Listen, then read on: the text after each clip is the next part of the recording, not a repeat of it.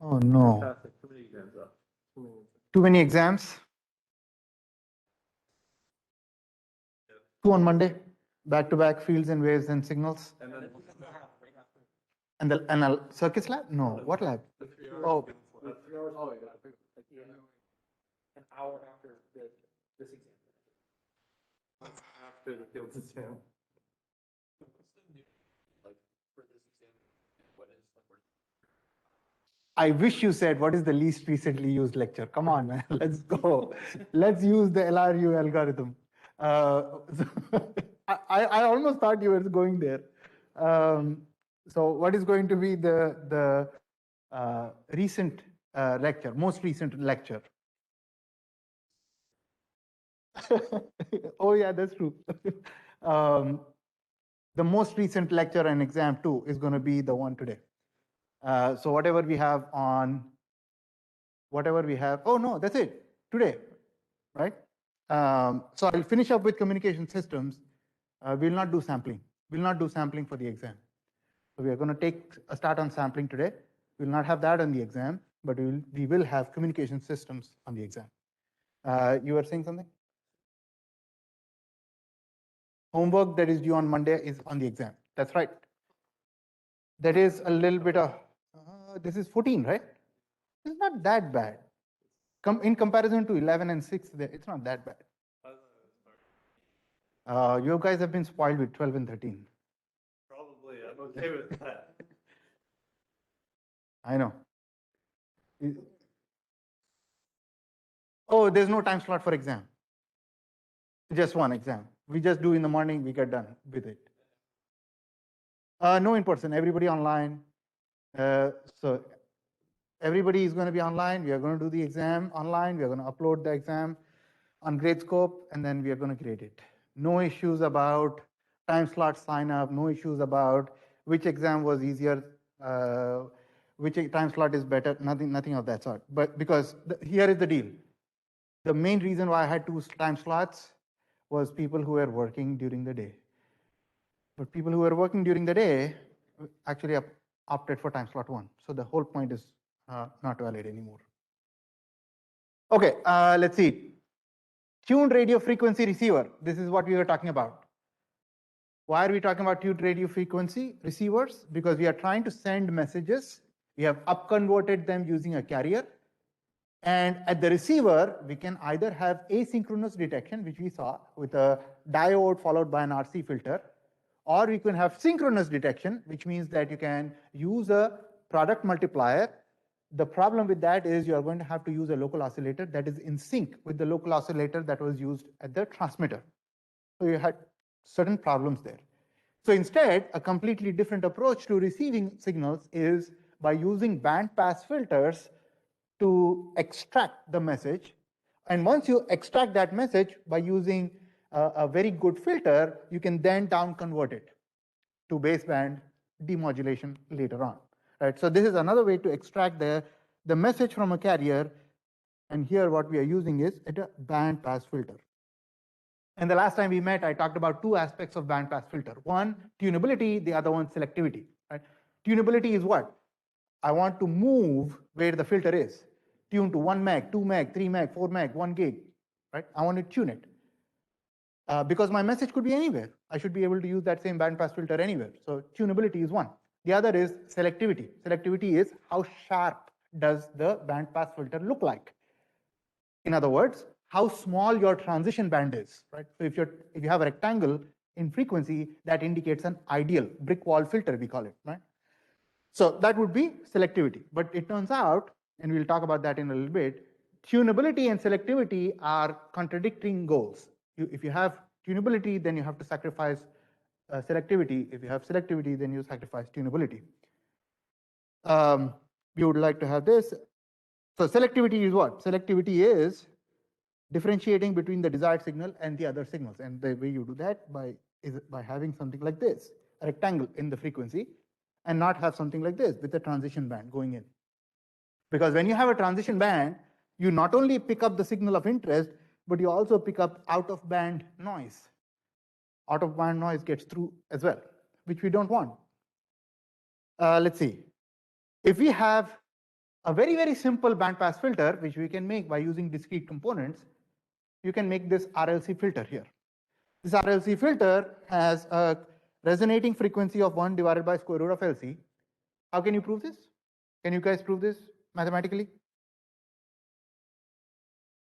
Yeah, how can you do it?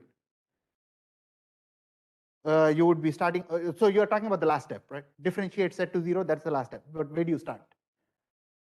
You start with the impedances of these guys.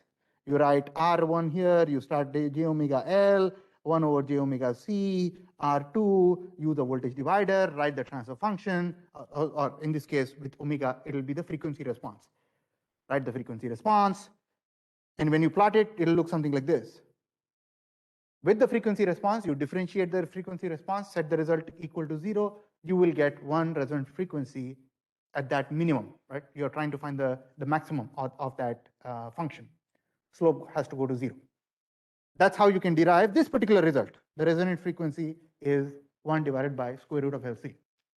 And where is that? That is, in terms of our frequency response, right in the center of our signal that we are trying to select. Go ahead, Evan.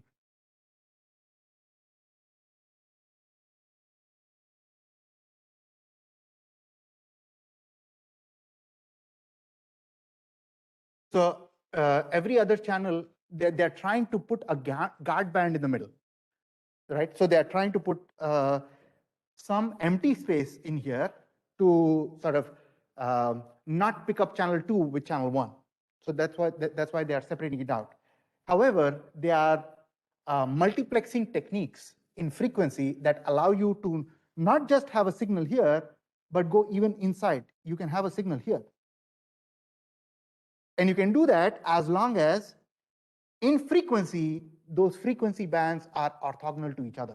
Because if anything is orthogonal to each other, when you do the dot product of them and you integrate out the result, it'll go to 0, right? So you can actually bring, so this might be very intuitive, right?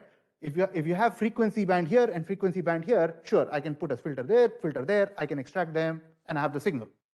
But you can, with OFDM, you might have heard this term with Wi-Fi, LTE, you might have heard OFDM. What are you doing? You're making them orthogonal in the frequency domain. It's called orthogonal frequency division multiplexing. So you not just come here, you actually go on top of them. So as long as they're orthogonal, you will be able to separate them out eventually. But that will require your receiver to be a little bit more complex because there is a lot of signal processing that is involved in the receiver because of that removing orthogonality, separating them out from frequency. So all those ideas are sort of ECSE 4520 topics. Let's see. If you have this sort of frequency response for this bandpass filter, what are some of the parameters in there? Well, omega r, resonant frequency, is related to LNC, 1 divided by square root of LC. Then you have your bandwidth, right? So you have the higher cutoff and the lower cutoff. How can you find those two values? Exactly the same way as you did resonant. Find the frequency response, set the magnitude of that frequency response. The power has to be half, which means magnitude has to be maximum divided by square root 2, right?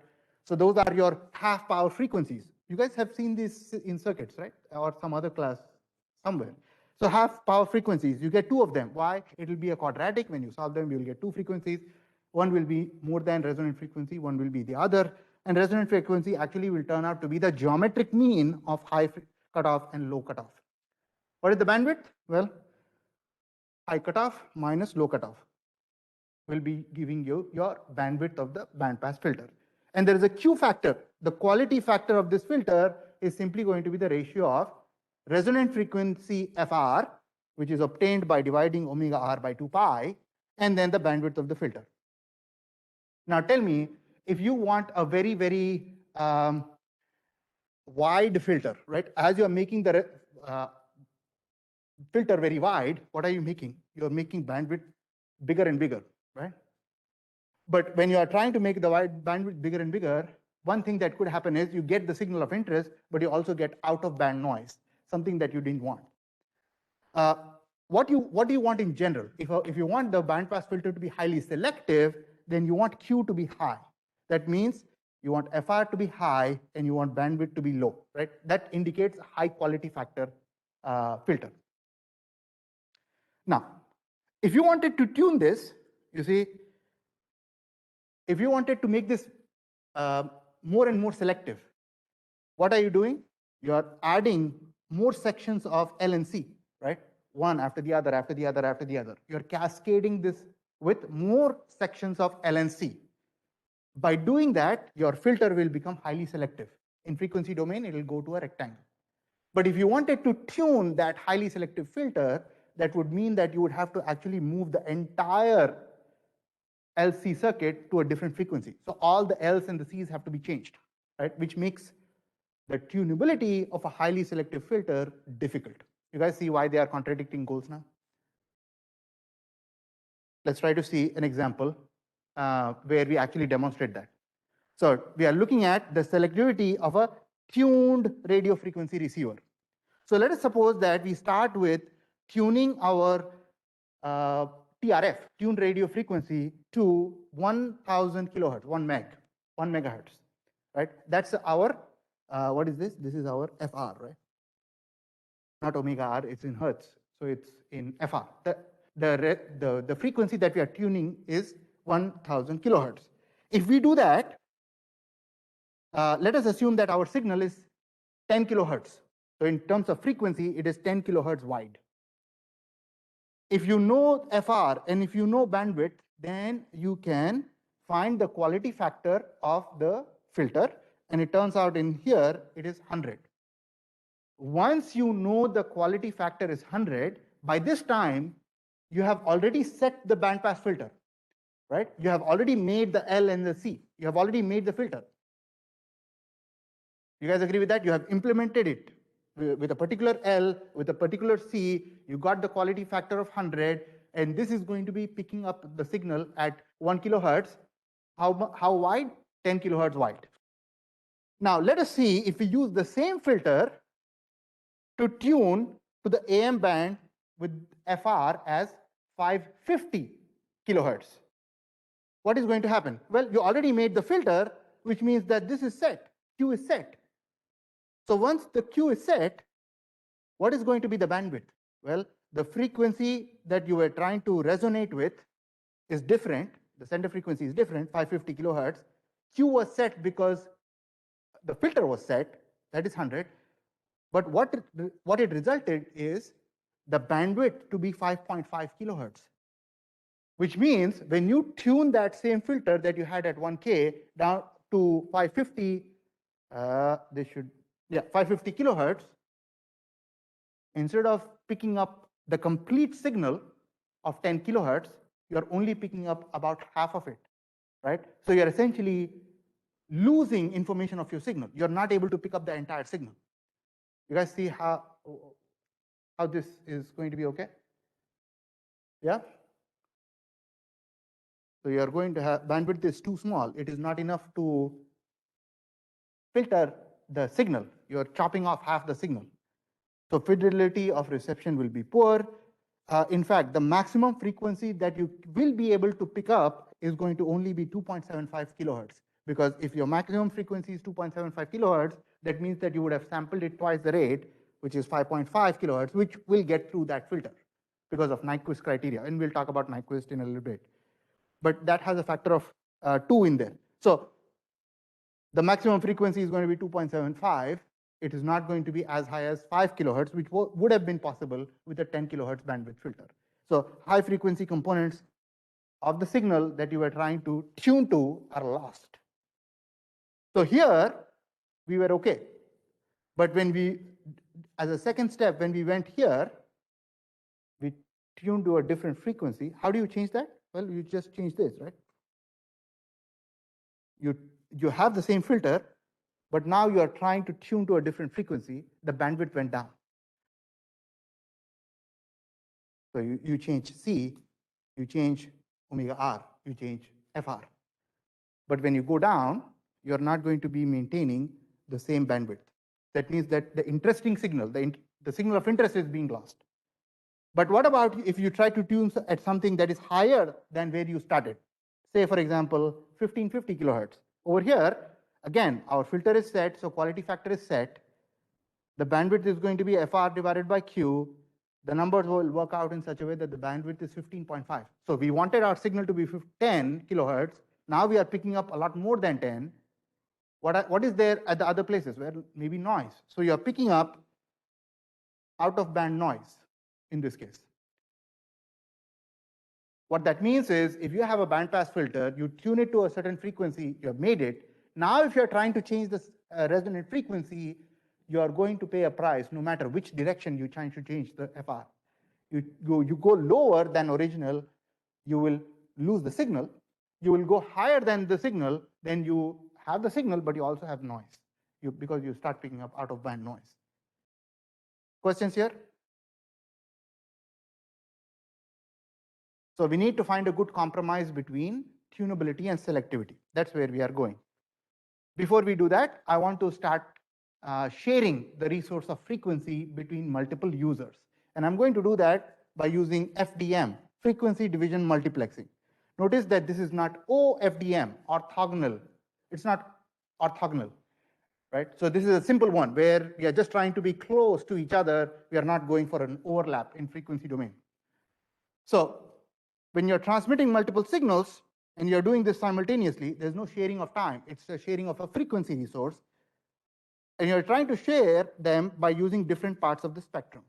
So let us say we share the frequency resource, the spectrum, available spectrum, between 3 users, A, B, and C. The Fourier transform of whatever they are transmitting looks like a triangle, a square, and a trapezoid. So in time domain, I'm hoping what? Sinc squared, a sinc, and product of 2 sincs, right? That's how they look like in their time domain. Now, if I want to do this, if I want to share the frequency resource between these 3 users, what can I do? Well, if you have a frequency axis here, I can have a triangle there, I can have a square here, and I have a trapezoid there, right? A, B, and C. And I can order them the way I want. Doesn't really matter. But when I'm trying to design the filter for this, I may want to get A, or I may want to get B, or I may want to get C, right? And if I put them very, very close to each other, the requirements of my filter will be very sharp. I need that to be ideal. But the problem is because I'm going to want A or B or C, I will want it to be tunable, right? Pick up A, then B, or then C. So now I need to find a balance between the tunability and the selectivity aspect of the filter. I can always do this. I can have A here, B here, and C here, which means that I'm providing some guard band between each of these signals so that even if my filter is not highly selective, I will be okay in that case. Problem, I will be picking up out of band noise. So let's see how I actually pad them up in frequency. I do that by selecting their carrier frequencies to be different. So I have user A, user B, user C, and I can have many such users. Their time domain signal and their Fourier transforms are also given. XA and cap XA, T and omega. They are getting multiplied with cosines at different carriers, frequencies, omega A, omega B, omega C, and so on, to get YA, YB, YC, and so on. And you are adding all of them up in time domain to get W of T. That is what you are transmitting. So you see, W of T is looking, what is it going to look like in the frequency domain? Well, W of omega is going to look something like this, right? You have got omega A because you chose the carrier frequency of omega A, then B, then C. So those are essentially setting up. These cosines are setting up your frequencies at which each of the signal is present. And let's use the third color here, right? And then you transmit this. And at the receiver, you would need to use bandpass filter to extract A, B, C, or separate out the users. So different signals are occupying different parts of the spectrum here. We would need to choose omega A, omega B, omega C, such that there is no interference. How would interference look like? Interference would look something like this, if the square moves over the triangle. That would be a problem. Why? All right, let me give you a hypothetical here. Suppose omega A or the triangle is as is, right? The content of user A is as is, but by accident, we chose a smaller omega B. If we choose a smaller omega B for this carrier, what is going to happen to the rectangle? It is going to move closer to the triangle, far away from the triangle. Closer to the triangle, right? So let us suppose that it does this, right? It has moved closer to the triangle, it has come here. So now this guy is omega B. What aspects of the signal got corrupted? Higher frequency components of signal XA got corrupted, or lower frequency components got corrupted? Hey, all right. Oh, go. A. Oh, actually both. How is it lower of B? So here, where are these? So if you look at B, at baseband it was here, right? When you moved it to omega B, it became here.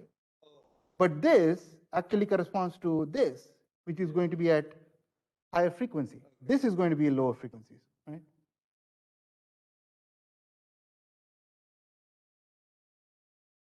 For B, not overall spectrum, but for B, it is the high frequency. You see that? So here, let me do that a little bit more here. So here I am trying to sketch just this is say x b of omega. This is omega, right? So I'm not doing here, I'm doing here, right? So if I do that, this is going to be zero frequency. And as I'm going right or left, I'm increasing the frequency. So this region here would map to a high frequency component in B, right? That's the highest frequencies. These are the lowest, right? Now, when you take this and you move it up in frequency, because I'm multiplying with omega B, all of this will go up, right? So the entire thing goes up. Is there a way to select all of them together? Oh, no. All right, there's no way to do it together. All right, so the entire thing goes up, right? Yeah. So if the entire thing goes up, the pink guy is still falling at a lower frequency, but for B, it is the highest frequency component, right? So when you have something like this, the higher frequency of A got corrupted, the higher frequency of B got corrupted, right? So eventually what will you do? You will filter it out. When you filter it out, both A and B would have been impacted at their higher frequency regions. You guys see that? So what do? Well, you want to be safe, right? So if you want to be safe, you move away, right? And you move away to put a guard band in the middle of these two guys.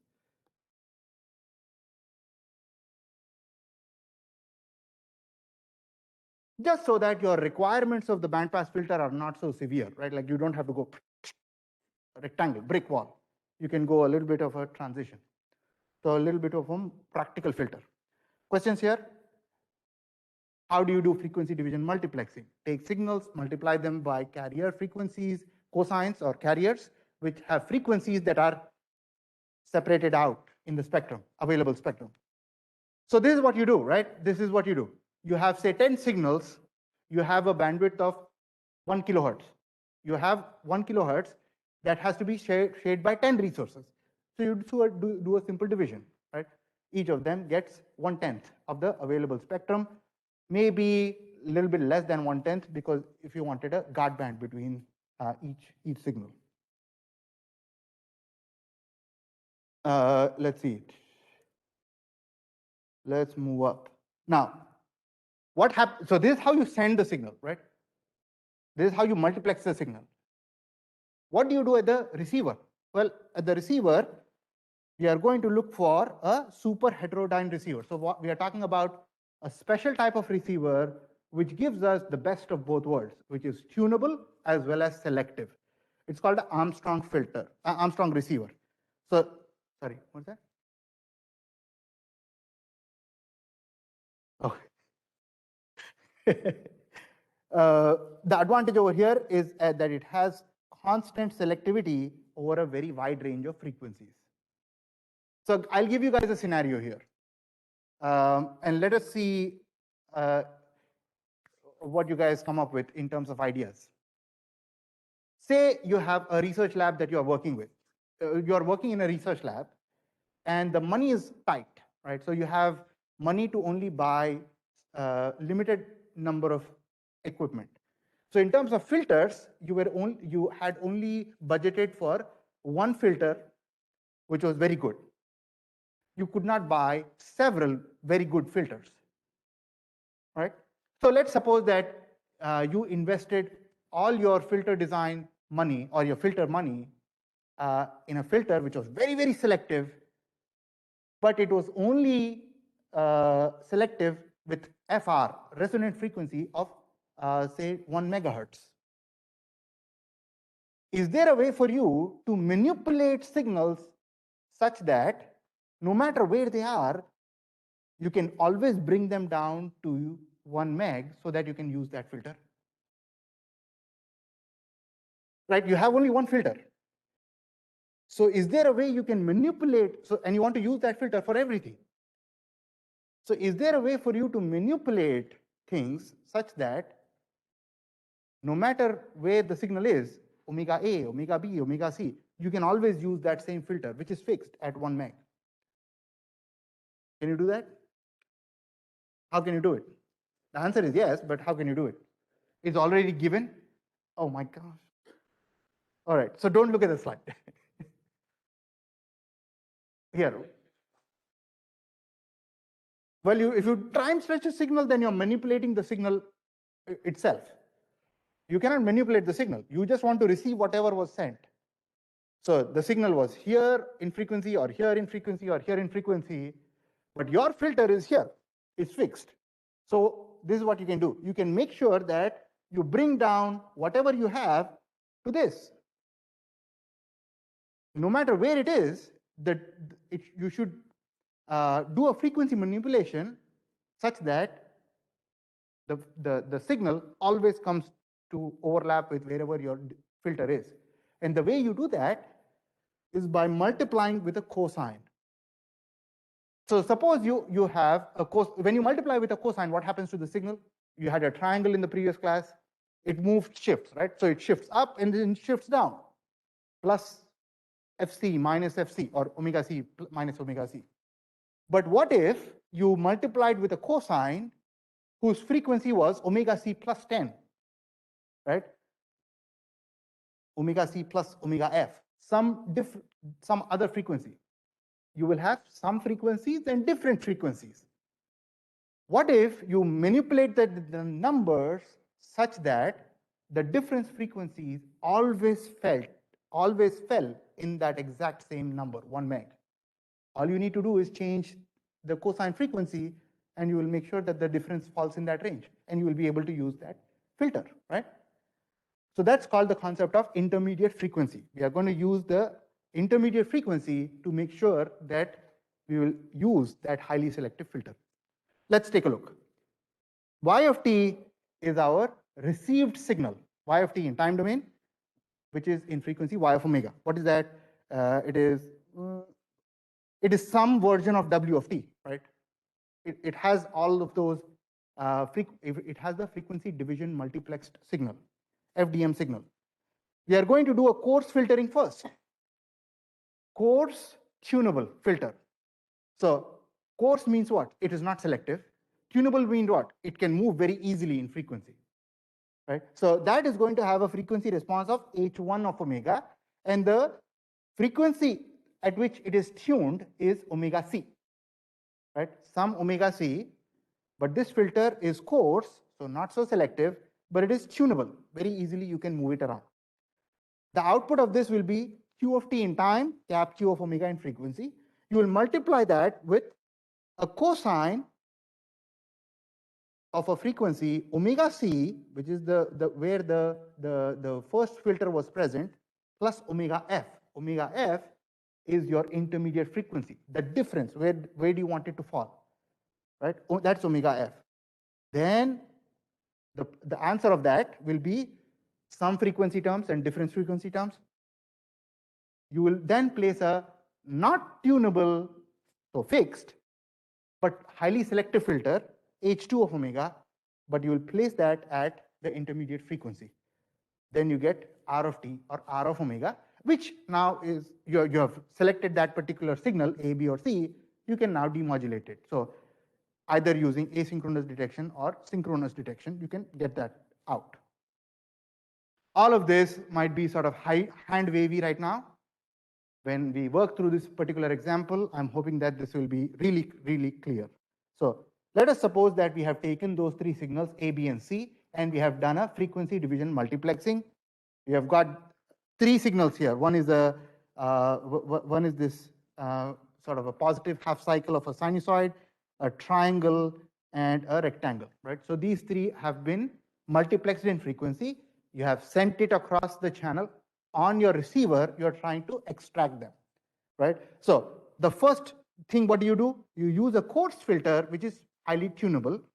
And let us say, for the sake of discussion, we want to filter that red triangle, right? So you want to tune to omega c first, right? Omega c, that's what you have, omega c here, right? That's what we are saying. Say we want to extract this part of the spectrum, the triangle, which has the center frequency omega. How was omega c selected? Well, for some xb, that was the omega c, right? So xc, that omega c, right? For c. So this spectrum xc is like a triangle in that example. We are not using the same shapes for the next one. So suppose we wanted this. What do? Well, the super heterodyne receiver says, let's do a coarse tunable filtering first. Okay, so let's have a very coarse filter, not a rectangle, but a trapezoid with a transition band, but we are going to tune it to omega c. So once you do that, what are you going to have? Let's see. You are essentially multiplying in frequency, right? When you multiply in frequency, what are you going to get? You're going to get something like this. You see, let me walk you through this a little bit slowly. You have this filter at omega c. Look at what happens between omega c plus m and omega c minus omega m. What is omega m? Omega m, or I should say 2 omega m, is the bandwidth of the triangle, the red triangle, right? So that is going to be here. Let me draw this here in blue.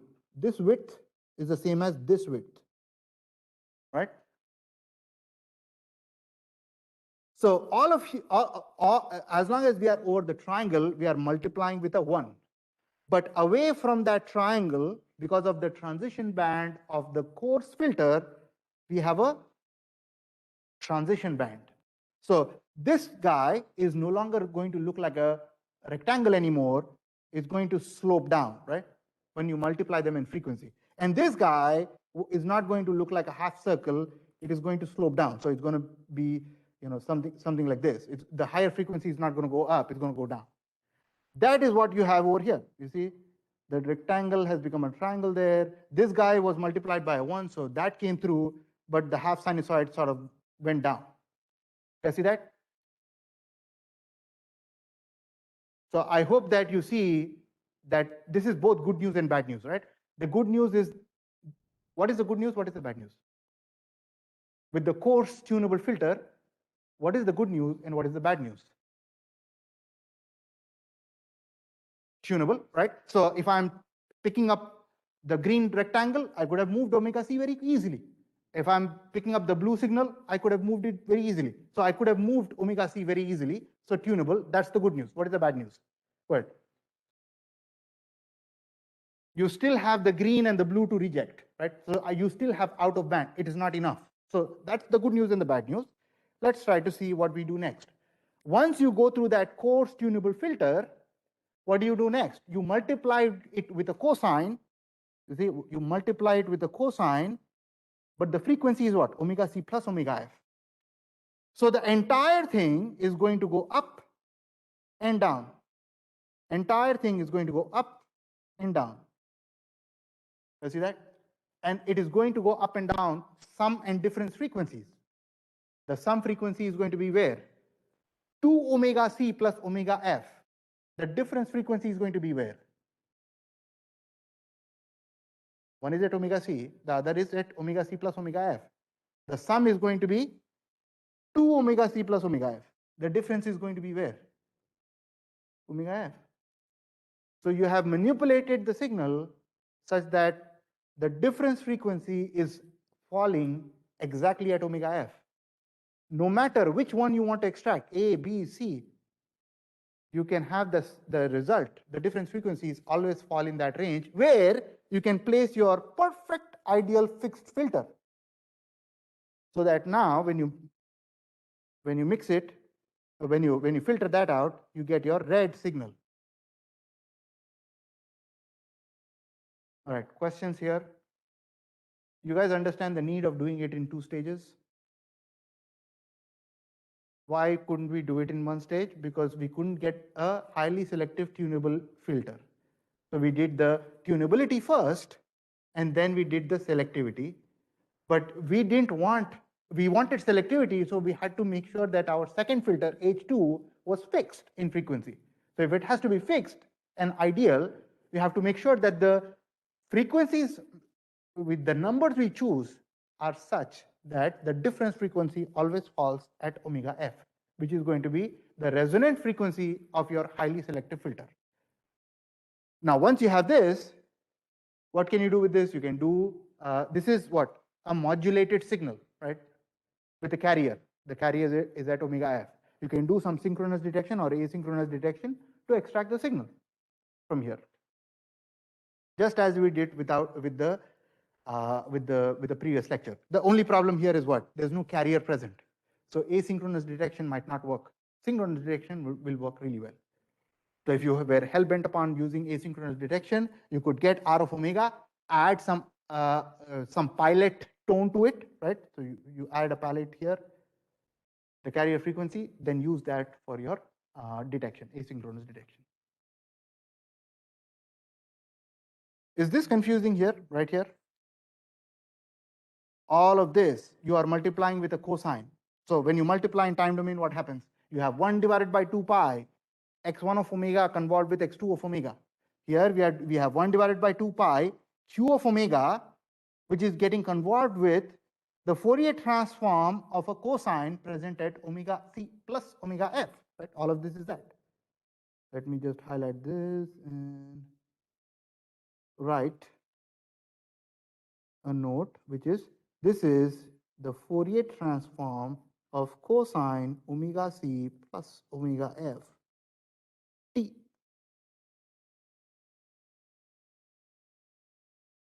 So all you will have is 1 over 2 pi, that's going to be the scaling.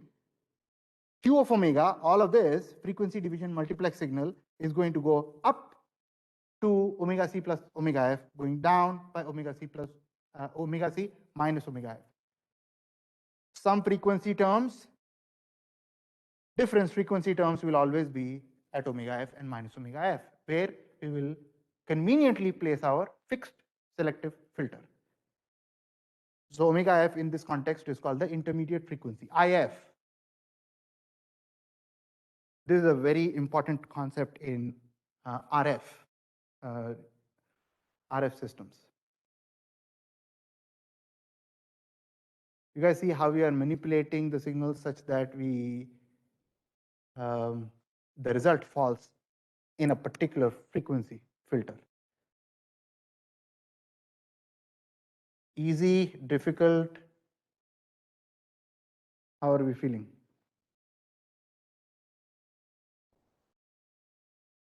Cold? Oh my gosh. It's probably because of me, cold-hearted person. This is the time when you say, no, no, no, you aren't. Oh.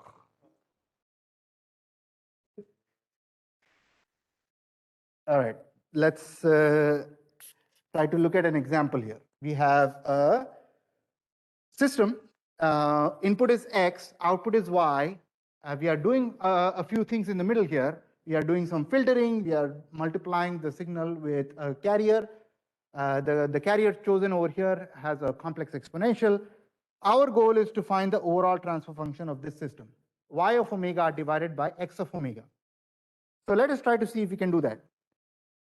We will start all the way to the left here, and we will try to write things in the time domain and things in the frequency domain on the left and the right simultaneously as we move from left to right in our example. So x of t is getting multiplied by e to the j2t first, right? So let's say a of t is x of t multiplied by e to the j2t. When you multiply a signal with a complex exponential in time, that is going to be the same as shifting the signal in frequency. So this is a of t, Fourier transform is a of omega. X of t multiplied by e to the j2t in frequency is going to mean the spectrum of x was delayed by 2 radians per second. So in frequency, it got delayed or shifted. At any stage, if you guys have questions, you got to let me know.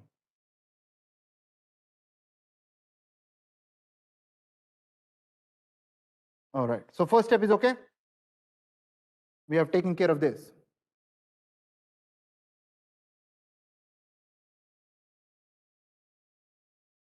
We are assuming that there is some x for which we know some x of omega. Next, what do I need to do now? If I wanted to find b of omega, what would I do? If I want to find b of omega, what do I do? I am given h of omega. I have a of omega from earlier. So can I multiply a of omega with h sub l, l for low pass filter, with b to get b of omega? I need to multiply in frequency, right? Yeah? Okay. How about in time? What am I doing it in time? Convolve. I'm convolving what with what? A of t with what? So should be the impulse response of the low pass filter, right? So it should be h sub L of t. This is the impulse response of the low pass filter, which is going to have a sink shape. Is the Fourier transform, oh no, not the Fourier transform, inverse Fourier transform of h sub L of omega, right? So if I was after b of t, I could do a convolved with h to get b, or I could do a of omega multiplied by b of omega and then take the inverse Fourier transform to get b of t. So I can represent that over here. B is h sub L convolved with a of t, or in frequency, I just do a multiplication. Low pass filter multiplied by the frequency, the Fourier transform of small a of t. Questions about B? B is okay now? You guys are looking as if this is so simple or this is too complicated. A lot of steps. Don't worry about the third step. If you are on step 2, worry about step 2. Step 2 is okay? All right.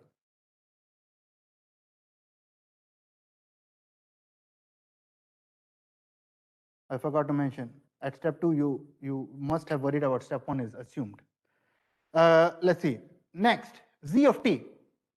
How do you get z of t? Well, z of t equals b of t multiplied by e to the minus j2t. You see what we are doing? This whole system is doing this. We are taking the Fourier transform of x. Let us suppose that this palm is showing the frequency of x, right? Fourier transform of x. We moved it by 2, then we filtered it, then we moved back, right? Moved in one direction, filtered, moved back. That's what we did. So in time domain, z of t was what? P multiplied by e to the minus j2t. That's what we are writing over here.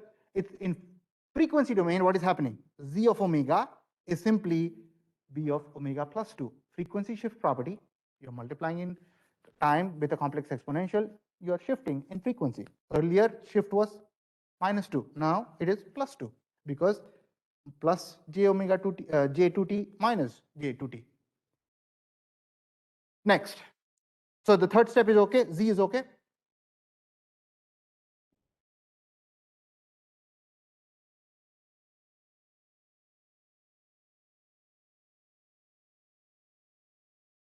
Next. The last part is what? 2 times the real part of Z. Z in this case can be complex. So all you're doing is you're taking the real part of Z and you're multiplying by 2. So how does that look like? Y of t equals 2 times the real part of Z, and the input is Z. So I can write in time domain as y of t equals 2 times the real part of Z of t. And we know 2 times the real part of Z is nothing but Z of t plus the Z conjugate of t, right? So if you remember earlier, we were talking about this a plus jb plus a minus jb equals 2a, right? So that's 2 times the real part of Z. Okay, so I have Z plus Z conjugate. Using that, I can write y of omega. So you see, 2 times the real part of Z is going to have the Fourier transform. Next, let me use green. For Z of t, and the frequency you will get Z of omega. For Z conjugate of t, the Fourier transform will give you Z conjugate of minus omega. This is time conjugation property. Again, one of those properties that is on your tables.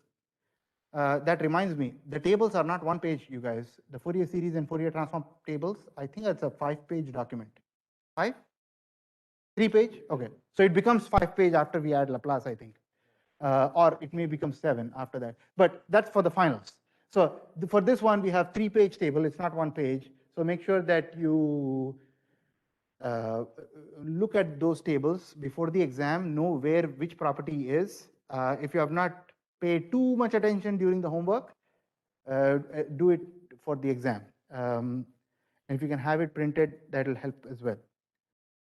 Okay, next. So let's see, Z of omega, all of the work is done, by the way. All we need to do is substitutions. We were able to express A in terms of X, B in terms of H and A, Z in terms of B, Y in terms of Z. We wanted to start with X, so we eventually want what? Y divided by X. We have all the relationships in the middle. We just need to back substitute and work our way back now. So let's see, Y equals Z plus Z conjugate of minus omega. Z of omega I know is B of omega plus 2, so I substitute that there, right? This equals that. And Z conjugate of minus omega is simply going to be B conjugate of minus omega plus 2. Again, I'm just substituting for Z of omega equals B of omega plus 2. Next, I know what B is in terms of H and A, so I can do that. B of omega plus 2 is going to equal H sub L of omega plus 2 multiplied by A of omega plus 2 plus B conjugate of minus omega plus 2. Similarly, I can put those numbers in here. H sub L of omega minus omega plus 2 multiplied by A conjugate of minus omega plus 2 as well. What is this? A of omega plus 2. Well, A of omega plus 2 is simply going to be X of omega plus 2 minus 2. Right? That's X of omega. And similarly, I can do a substitution here. I get X conjugate of minus omega plus 2 minus 2. Those two gets cancelled. Let's continue with this example over here, with an assumption that X of t is real. If X of t is real, then we know that we are going to have conjugate symmetry in the Fourier transform of X. And if the impulse response H sub L is real, which we can assume because we know that the filter was a low pass filter in the time domain, the impulse response would have been a real sink. In that case, the frequency response of the low pass filter is also going to have conjugate symmetry. Given these two, we can write Y of omega as H sub L of omega plus 2. We already had that. X of omega minus 2 plus 2 cancelled out, so you're left with X of omega. We used conjugate symmetry to write HL, and X of X conjugate became X. Now you just factor out X, divide on the left hand side, you've got the transfer function of the entire system. The overall system is going to have the transfer function of H sub L shifted by 2, H sub L shifted the other direction by 2. So if you sketch it out, it is going to look something like this. Why didn't I write the amplitude here? Let me see what the amplitude is. Oh, that's why. So let me say the amplitude is 3 over here. Just 3 assumed. Then the amplitude over here is going to be 3 as well.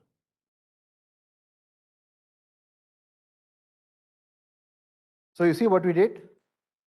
If you go back and take a look, we took a signal coming in, moved it one direction, filtered it, moved it the other direction, took the real part of the signal. By doing all of that, our overall transfer function was a bandpass filter.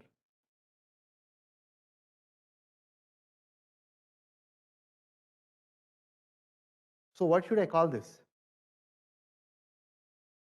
The whole process, what should I call this? What would be an appropriate name for this? No, not chaos. What is the absolute last topic that you guys learn about in circuits? Like the very, very last topic. Filters, and what specific thing in filters? Do you guys learn transforming filters? So we literally transform the low pass filter into a band pass filter by doing this. You guys see that? Oh, okay. You don't learn filter transformations. So this is what we did here. You see, the only thing that we had is H sub L of omega. We transformed that filter into a bandpass filter because we found the overall transfer function to be this. So this is like transforming a low pass filter to a bandpass filter. You guys see why we can say that? We did LPF to BPF transformation.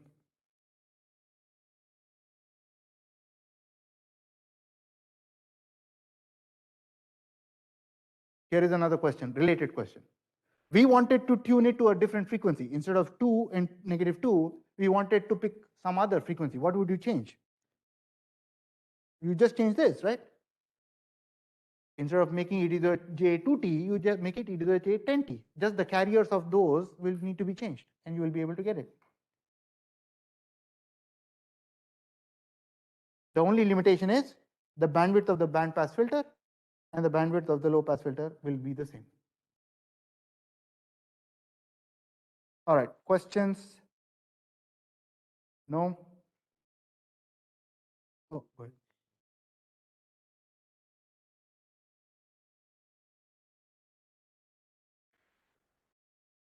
How are we doing the?